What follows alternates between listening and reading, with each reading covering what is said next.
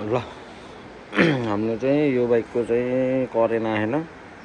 wiring चाहिँ हामीले race wiring बनाइदिनु लाग्यो यो बाइकमा हैन हेर्दै जाऊँ कस्तो हुन्छ अब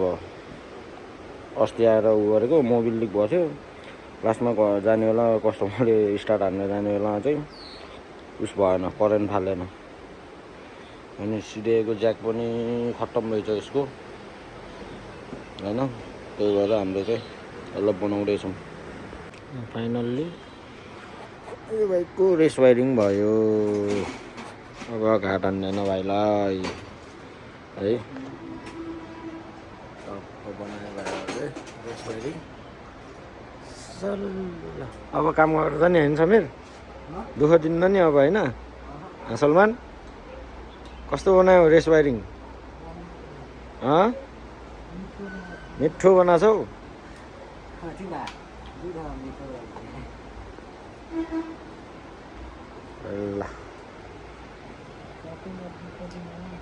ल फाइनल्ली यो बाइकको वायरिङ चाहिँ हामीले सकायौँ होइन वायरिङ खोइ काटेको देखाइदिउ र सलमान वायरिङ खोइ ल वायरिङ डक्क यसको वायरिङ देखाइदिउ होइन ल यो वायरिङलाई काटेर यो बनाएर हामीले नयाँ वायरिङ हाल्दैछौँ होइन यो वायरिङ फाल्दै अब दुःख दिन्छै दिन्न सलमान हो ढुक्क हो नि होइन ल यसलाई चाहिँ अब फाइनल भइसक्यो यसले चाहिँ धेरै ठाउँमा चाहिँ देखाइरहेछ यो भाइले वायरिङ कहिले बनाउनु सकेन होइन अब एक दुई ठाउँमा देखाइदिएको रहेछ अब वायरिङ बनाउनु त बनाइदिएको तर राम्रो बनाइदिएर हुन्छ कि अनि त्यसपछि चाहिँ यहाँ लिएर हामीले त्यो वायरिङलाई फालेर अर्को नयाँ वायरिङ बनाइदिएको अहिले वान ट्याप हाल्छ है ल यो ल उता लगेर अनि डक्क लगेर धोइदेऊ वास हानेर डक्क राखिदिन्छ भाइले होइन सर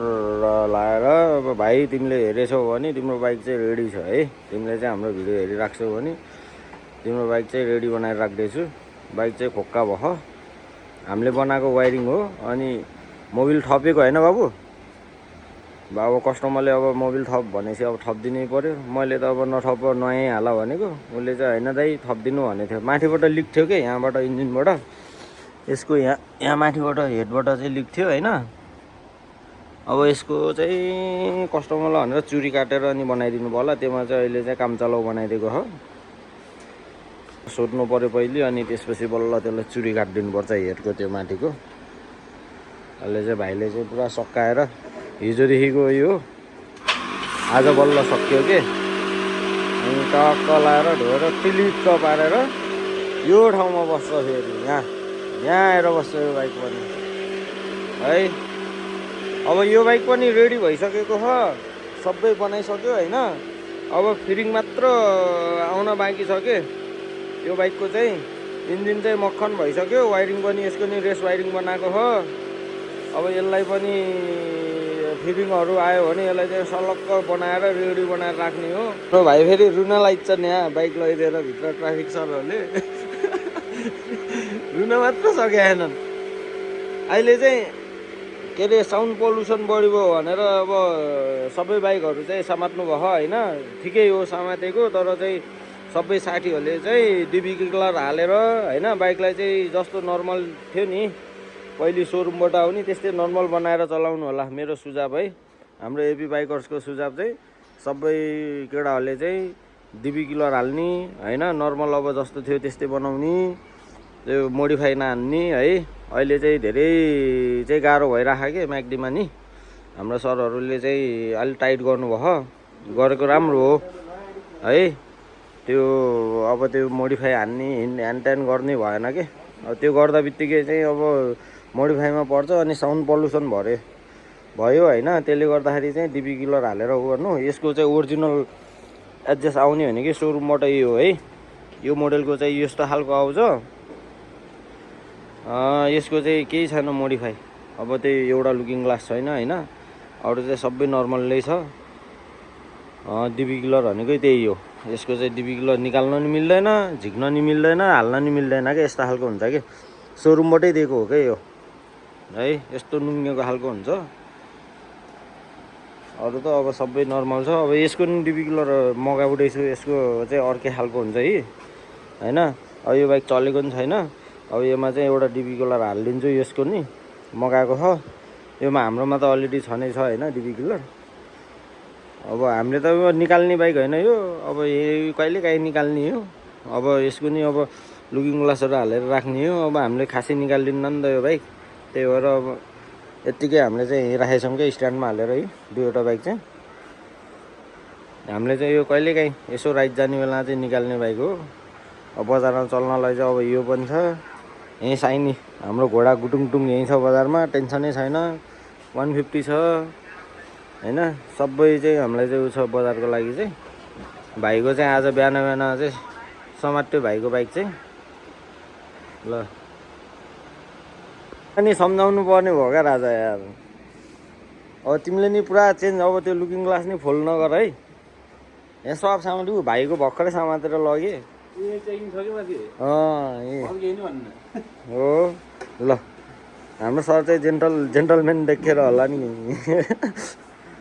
हिजोदेखि त यहाँ त हिजो अस्तिदेखि त 2-3 दिन भयो च्याप भयो क्या क्रस फायर त्यही भएर सबैले डिबी किलर हालेर हिँड्नु होला गाइस होइन ल सबै फाइनल भएर बस्यो होइन ल यो बाइक पनि रेडी भयो अब सबै भयो त्यही हो गाइस अब बुलेटमा चाहिँ ओरिजिनल एडजस्ट हालेर हिँड्नु होला क्रस फायरहरूमा नि ओरिजिनल अब सामानहरू होइन अहिले चाहिँ धेरै उ भइरह किन दुःख पाउने होइन नयाँ के अरे उहरू चाहिँ एडजस्टहरू चाहिँ तपाईँहरूले डिबी कलर हालेर हिँड्नु होला होइन अब लुकिङ ग्लास पनि ओरिजिनल हालेर हिँड्नु होला यस्तो गोलो खालको माथिको होइन मोडिफाई नहाल्नु होला हाम्रो चाहिँ भन्ने यही हो होइन अब यति भन्दा नि अब तपाईँहरूले चाहिँ अब उ गरेर हिँड्नुहुन्छ नि हिँड्नुहोस् होइन तर चाहिँ अहिलेलाई चाहिँ हाम्रो एकदम टाइट भयो अब हाम्रो यो क्रस फायर अनि बुलेट यिनीहरू बाइकहरूमा चाहिँ माथिबाटै भित्रबाटै चाहिँ सरहरूले चाहिँ उ गर्नुभयो होइन त्यही भएर तपाईँहरूले चाहिँ जोगिनु होला तपाईँहरूले चाहिँ ओरिजिनल सामान हाल्नु होला होइन डिबी किलर हाल्नु होला नपर्काइ बजारमा हिँड्यो नि पर्काउनु भएन के यो त पर्किने बाइक त त्यसै पर्किने बाइक हो होइन तर चाहिँ यसलाई चाहिँ बटारेर हिँड्नु भएन क्या धेरै एउटाले गर्दाखेरि हामी सबैलाई डोज पर्छ फेरि 1-2जनाले पर्काइदिन्छन् होइन अनि अरू क्रस फायर देख्दा बित्तिकै ल यसले पर्काएको भन्ने हुन्छ कि साथी हो त्यही भएर चाहिँ तपाईँहरूले चाहिँ अलिक ध्यान दिनु होला क्रस फायर चढ्ने साथी बुलेट चढ्ने साथीभाइहरू चाहिँ सबैले चाहिँ अब ओरिजिनल पार्ट्सहरू हालिदिनु होला होइन त्यही हो हामीले भन्ने नै अब त्यहाँ भन्दा पनि अब तपाईँहरूले चाहिँ अब ढ्याँडो पारेर हिँड्नुहुन्छ नि हजुरहरूको गल्ती देखिन्छ है ल हाम्रो यहाँ यतिमा भएको बाइकहरू चाहिँ सबै चाहिँ अब डिबी किलर हालेको छ होइन हाम्रो आउने रेगुलर हो यिनीहरू अझै 1-2वटा छन् सबैमा चाहिँ हाम्रो डिबी किलर ओरिजिनल क्लास हालिदिने छु आजबाट होइन